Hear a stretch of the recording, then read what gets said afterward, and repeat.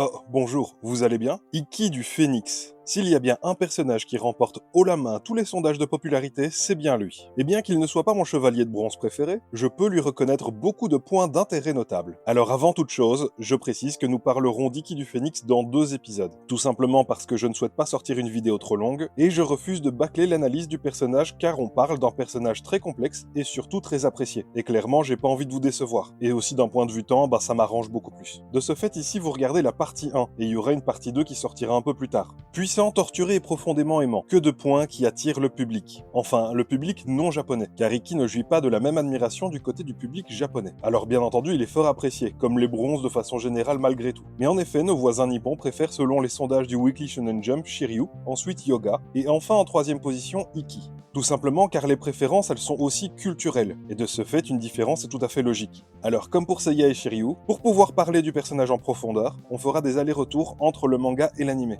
Et pour être très honnête, je me servirai beaucoup plus du manga que de l'anime. Parce que ouais, même si Iki dans l'anime est un personnage vraiment très chouette, son développement est vraiment plat par rapport à celui du manga. L'anime, pour des raisons que je ne comprends pas vraiment, a préféré nous proposer l'arc des Chevaliers des Abysses plutôt que de développer le personnage. Enfin bref. Premièrement, comme pour les 2 Pandora Box précédentes, on va parler un petit peu des détails. Iki, un bien joli nom, mais que signifie ce prénom? En japonais, le terme Iki désigne les ligues armées, les soulèvements paysans et religieux qui défiaient l'autorité des samouraïs et du shogunat durant l'époque féodale. Et Iki a dû se rebeller contre son maître. Ensuite, il a fait partie d'une faction rebelle en prenant le contrôle des Chevaliers Noirs. Le but étant de se rebeller contre la Fondation Grade qui, à ce moment-là, détenait l'armure d'or du Sagittaire. Et qui, en plus de ça, avait un pouvoir important, que ce soit du côté économique comme politique. Et il l'a fait car il souhaitait se venger des mauvais traitements qu'il a reçus. De ce fait, un parallèle avec une révolte paysanne est tout à fait logique. Et on va pas se mentir, ce concept colle parfaitement à Iki. Alors oui, il y a bien des différences entre le manga et l'anime de ce côté-là. Cependant, lorsqu'on parle de la conception du personnage, selon moi, on ne peut se référer qu'au manga. Mais oui, donc les révoltes paysannes, etc., c'est bien joli. Mais est-ce qu'il y a qu'une seule signification? Car Kurumada, il est dans la subtilité, et aussi dans la symbolique à l'extrême.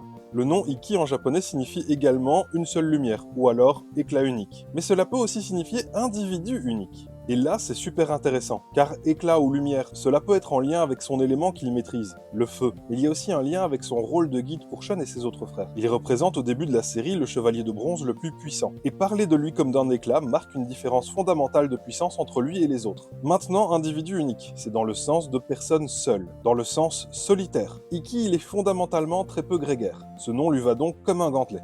Mais aussi parce que Iki, dans le premier arc, est pensé pour être un antagoniste, le gars seul contre tous. De plus, il ne croit pas du tout en la camaraderie, qui selon lui rend beaucoup plus faible. Évidemment, tout cela, ça va changer. Mais au moment de la conception du personnage, Kurumada n'avait pas encore écrit tout ça. Il avait donc besoin d'un personnage qui allait incarner l'idée de l'antagoniste solitaire. Mais pourquoi choisir ce type de personnage? Il a été conçu pour être le frère aîné et protecteur de Shun. Leur dynamique repose sur l'opposition parfaite entre la douceur et le sacrifice de Shun, et la rigueur et du sacrifice de Iki. Ce dernier ayant enduré l'enfer de l'île de la Reine Morte à la place de Shun.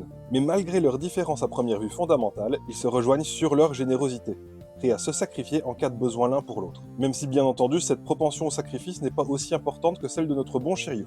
Iki dans un premier temps c'est une fonction. Kurumada avait avec Iki plusieurs objectifs. Un, de montrer l'étendue de la puissance qu'un chevalier de bronze peut atteindre. Secondement évidemment de proposer un réel antagoniste. Troisièmement de développer le personnage de Shun. Et dernièrement de mettre en place un concept important pour Senseiya. Et ce au travers de l'affrontement final de l'arc, dont il est la tête d'affiche. Le pouvoir de l'amitié. Enfin ici plutôt le pouvoir de la fraternité. Car dans le manga il est aussi là pour apprendre des choses très importantes aux personnages principaux. Entre autres que les 100 enfants envoyés un petit peu partout par Kido sont tous frères. Et que leur père est le vieux Mitsumasa Kido. L'homme qui selon eux est responsable de tous leurs malheurs respectifs. À leurs yeux, il s'agit du diable. C'est une révélation qui n'est pas anodine du tout. Au contraire, je dirais même qu'elle est capitale. Car via cela, Senseiya montre à quel point son univers il est sans pitié. Et que les choses qu'il racontera ne se finiront pas toujours bien. Le but de Kurumada ici est de nous indiquer que malgré le postulat enfantin, il compte raconter des choses matures. Et bien entendu que les sujets abordés seront assez profonds. Alors oui, j'ai bien dit enfantin, car Senseiya dans un premier temps est conçu pour vendre des jouets. On en reparlera un jour, mais pour faire simple, Kurumada, en recherche de créer un manga à succès après la fin forcée de Ring Nikakeru, a présenté un projet avec un argument, cela pourra facilement vendre des produits dérivés. Et comment dire, il a eu le nez creux. Enfin bref, on s'éloigne du sujet, mais on en reparlera un jour.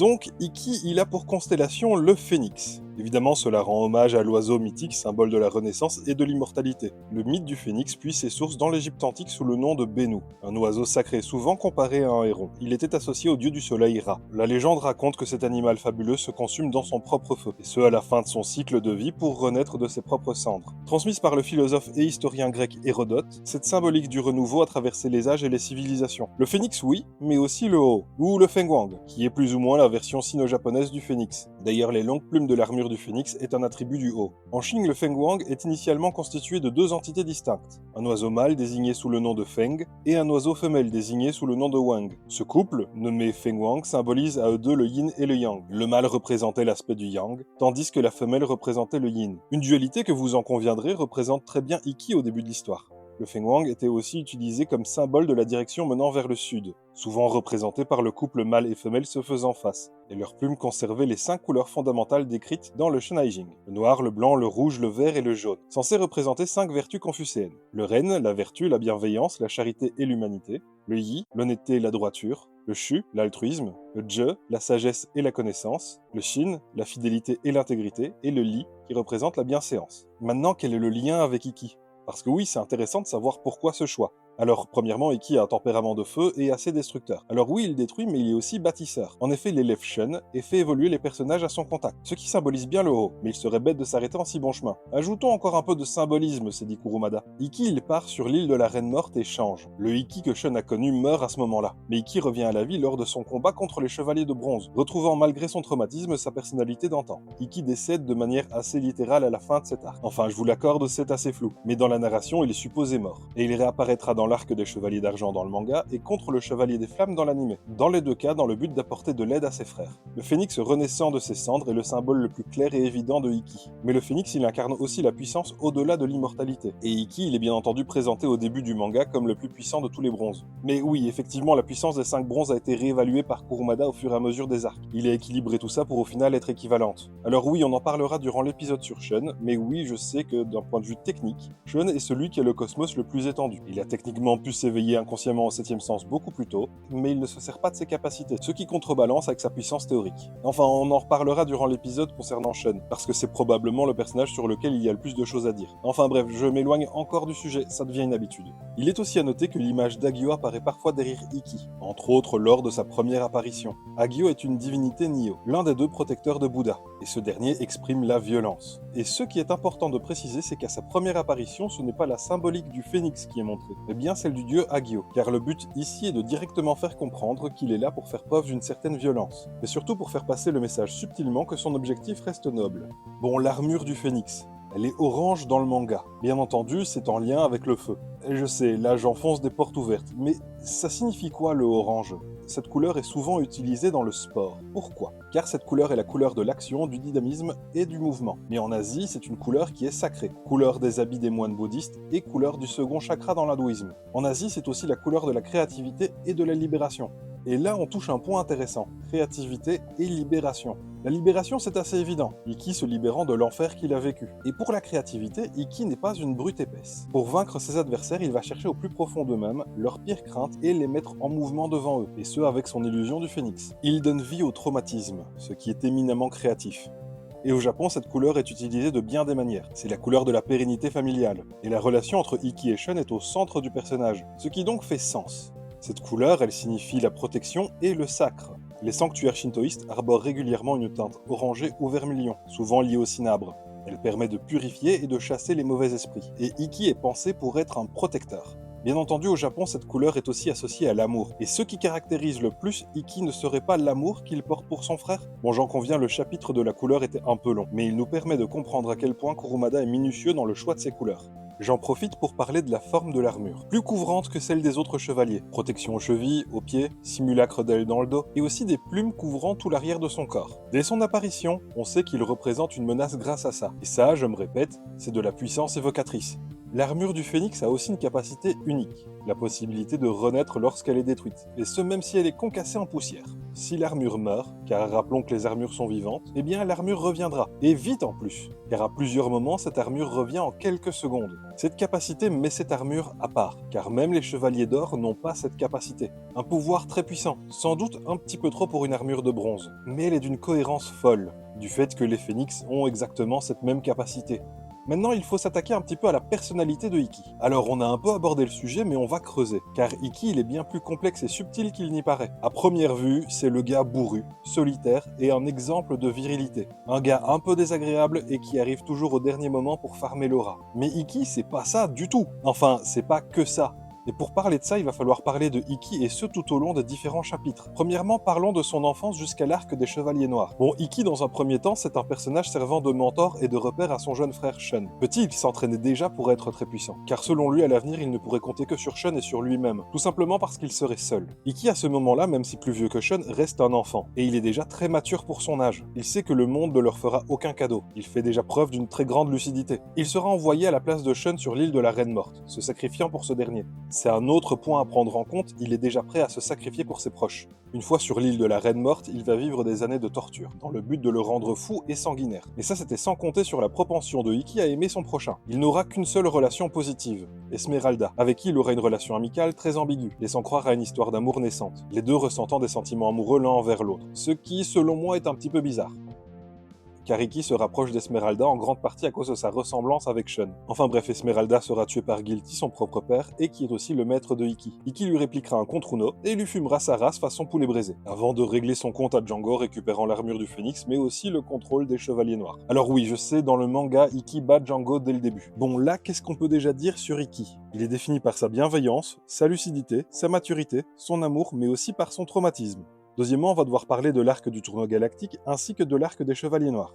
Il revient dans une mise en scène impressionnante à la fin du combat entre Shun et Jabu. Dès son arrivée, il tentera de tuer son frère. Enfin, essaye-t-il vraiment? On y reviendra. Ikki montre l'étendue de ses capacités en étendant successivement Jabu puis Nachi. Il montrera au passage la puissance de son illusion du phénix. Suite à cela, il partira avec l'armure d'or du Sagittaire, leur disant qu'il leur laisse un sursis. Mais dans le même tome, lorsqu'il apprend que les Chevaliers Noirs ont perdu, et donc par conséquent que Seiya et les autres ont récupéré des morceaux de l'armure d'or, Ikki dit qu'il avait en projet d'épargner les Chevaliers de Bronze, car ce sont aussi des orphelins, mais qu'il sera malheureusement contraint de les vaincre pour récupérer l'armure. Et là, c'est vraiment intéressant. Certes, Ikki, il est en colère, il est empli de haine.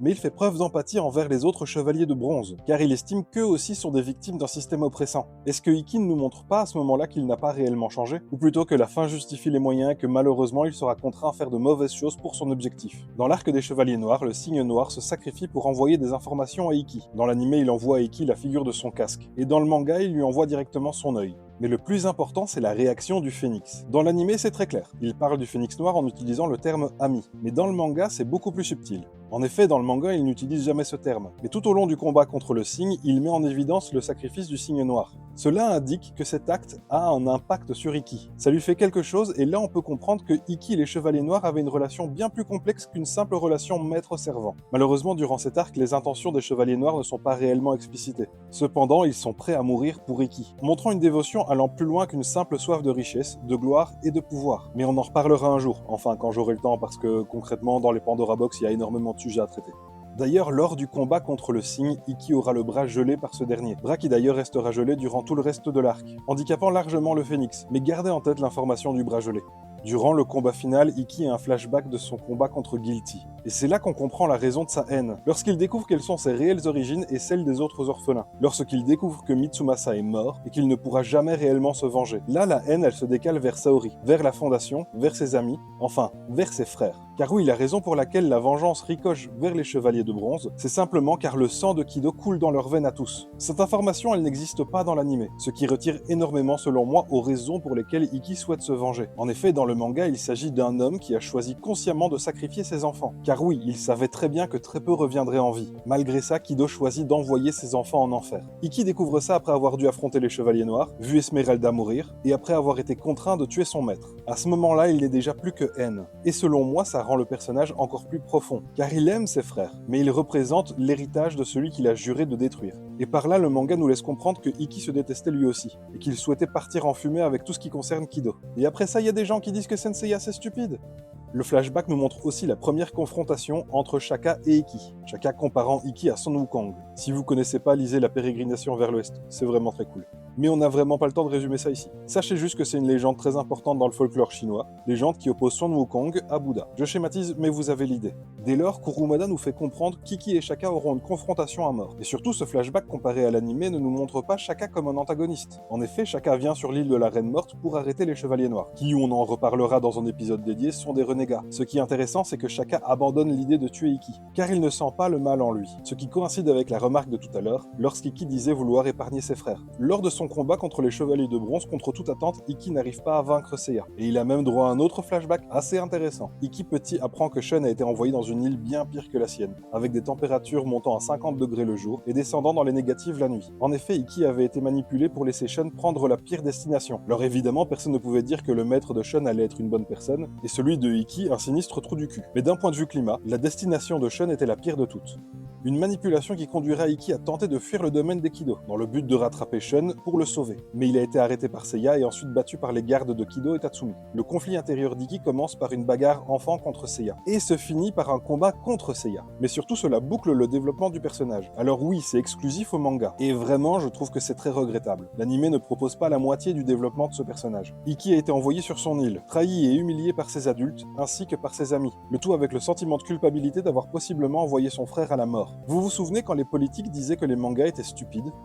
À la fin du combat entre Seiya et Ikki, Ikki réalise qu'il n'aurait jamais pu gagner, à cause du lien qui unit les Chevaliers de Bronze. Là, il exprima à Seiya qu'en réalité la puissance de leur lien vient du fait qu'ils soient tous frères. Et au moment de cette révélation, un séisme engloutit la zone du combat. Les Chevaliers de Bronze sont sauvés alors par Mu, mais le destin d'Ikki reste un mystère. Ce combat est une poésie, un hymne à l'amitié et à l'amour fraternel. À ce moment-là, on voit des personnes qui dans le fond se comprennent, mais qui ne peuvent absolument pas avancer dans la même direction. Et ça, c'est beau putain. Ses retours dans l'anime et dans le manga sont aussi très différents. Dans l'anime, c'est la chaleur de l'incendie du Chevalier des Flammes qui le fait revivre, ce qui lui permet de venir en aide à Shun. Dans le manga, c'est bien plus intéressant, car il ne vient pas au secours de Shun, mais bien de Saori, qui tentait de tenir tête au Chevalier du Corbeau. Le Chevalier du Corbeau qui d'ailleurs il défoncera en un coup. Il est aussi le second à venir en aide à Saori, après sa révélation comme quoi elle est Athéna. Seiya étant arrivé le premier, en même temps c'est le héros, c'est logique. Mais il est important de préciser qu'à ce moment-là, ils ont tous collectivement tourné le dos à Saori, ce qui rend l'arrivée d'Ikki particulièrement surprenante. Mais le plus intéressant est qu'à cet instant, malgré le fait qu'il dit ne pas encore avoir choisi de camp, il a bel et bien choisi un camp. Non pas parce qu'il sauve Saori, mais parce qu'il ne tente absolument rien pour la tuer. Elle est actuellement sans la moindre défense et elle est responsable des derniers événements. On ajoute à ça qu'elle a toujours agi de manière très égoïste et despotique avec les orphelins durant son enfance. Et cette position, elle montre à quel point le combat entre Seiya et Ikki l'a changé. Après ça, ils sont rejoints par Argol, Dante et Capella. Et c'est à ce moment-là que Ikki tracera sa légendaire ligne sur le sol, en avertissant que quiconque la passerait se ferait retirer le cul. Évidemment, Dante et Capella passent. Capella se prend l'illusion du phénix et meurt. À la suite de quoi les autres chevaliers de bronze arrivent, ce qui indique à Ikki qu'il est temps pour lui de s'en aller. Avant de repartir, Yoga remarque que le bras d'Ikki est toujours congelé. Ce dernier lui conseille alors de passer 7 jours dans le cratère d'un volcan, dans le but de réveiller son bras avec les vapeurs volcaniques. Ce qui montre encore une différence entre l'anime et le manga. Car dans l'anime, avant qu'on ne le retrouve dans le volcan, on ne sait pas encore pourquoi il y est. C'est dans ce genre de détails qu'on comprend à quel point les deux œuvres sont si différentes.